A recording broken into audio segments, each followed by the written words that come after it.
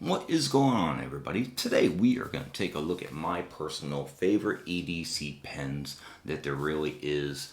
That's my personal opinion. Everyone has their opinions, but that is Fellhoelter Torx, the TiBolt. I've had many of his pens before, and they are just always so spot on.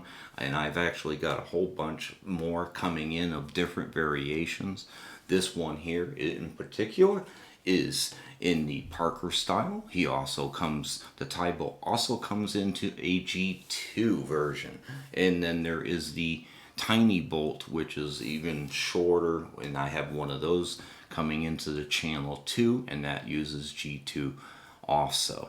I'm not really a huge fan of G2s, only because of at work I'm using multi-layer transferable paper, and anything gel oriented just really tends to not always, it seems to always be very bold and never seems to go through without having to press really hard, and that just creates a whole nother problem with the whole gel ink on top of it.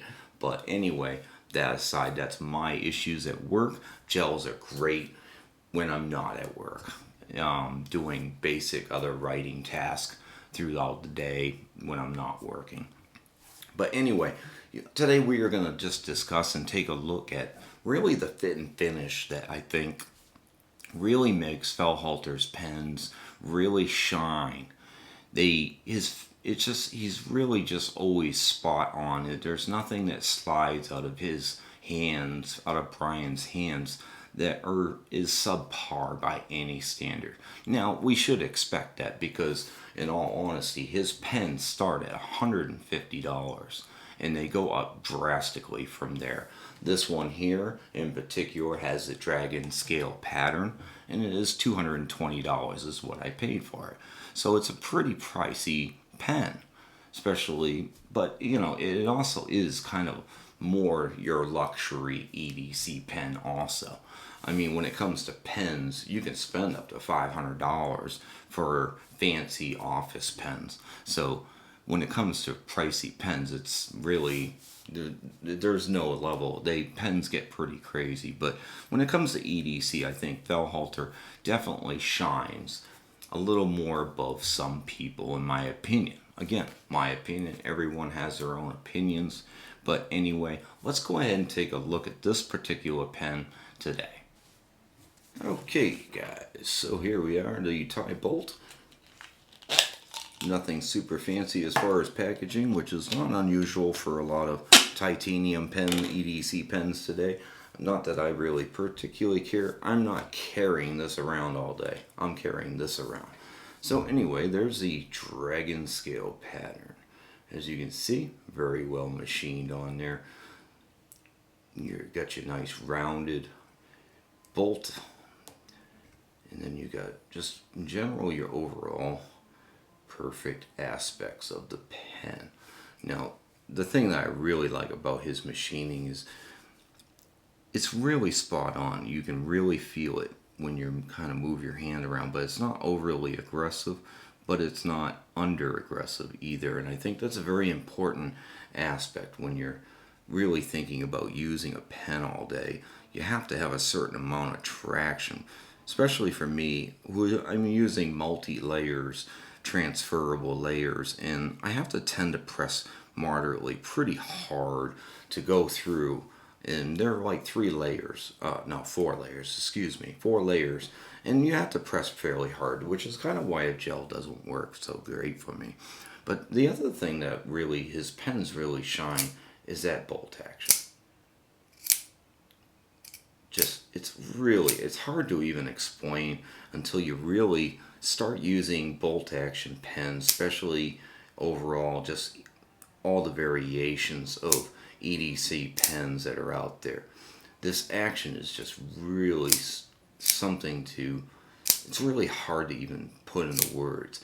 It has just the right amount of snap, and super easy to just go right from one step to the next without even really having to think about it.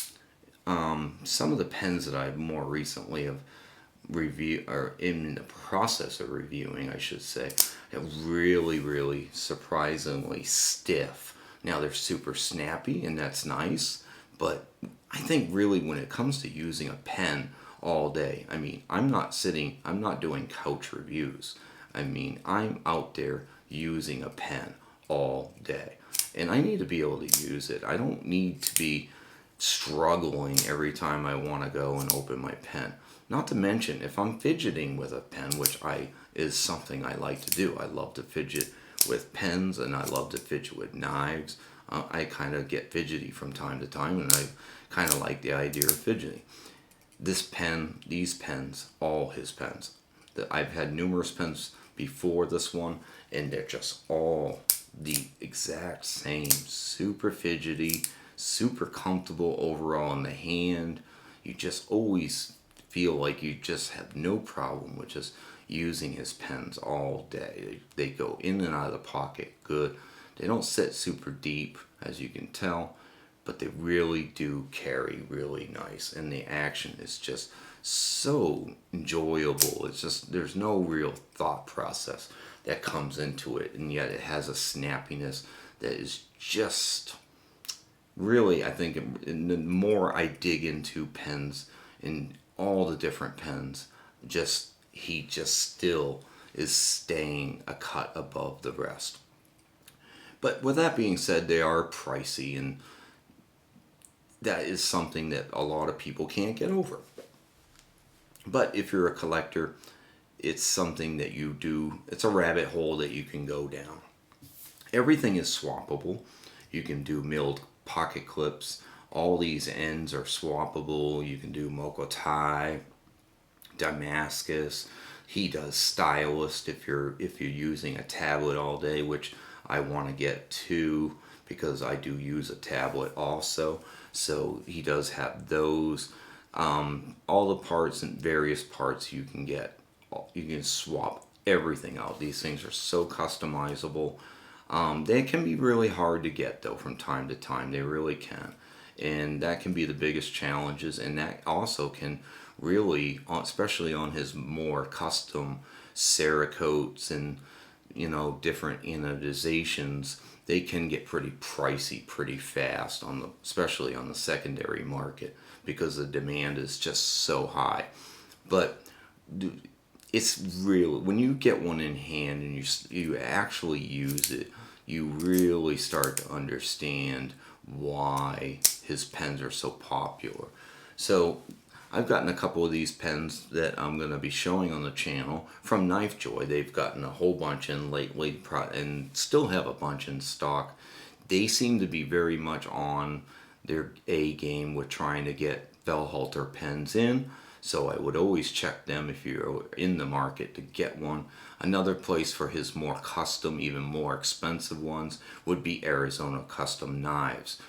She gets a lot of his very customs, very Cerakotes, and all his anodizations. They can get pretty pricey, I will warn you. They can get pretty pricey. But yeah, she carries them over there, Arizona Custom Knives also. So you can always check them out from time to time. She gets them in straight from him. It's not used. She gets a whole bunch in straight from him. So always check her out too over there. But Knife Joy gets a lot of their base models. So does an Urban EDC Supply. They're another one to check out too. They get them in from time to time too. So always check out them. They always have cool EDC gear over there. Very worth checking out from time to time. But there you go. That is the TiBolt by Fellhoelter Toolworks. Brian does excellent work over there. I highly recommend his pens. But after that, guys, we will see you next time. Have a great day.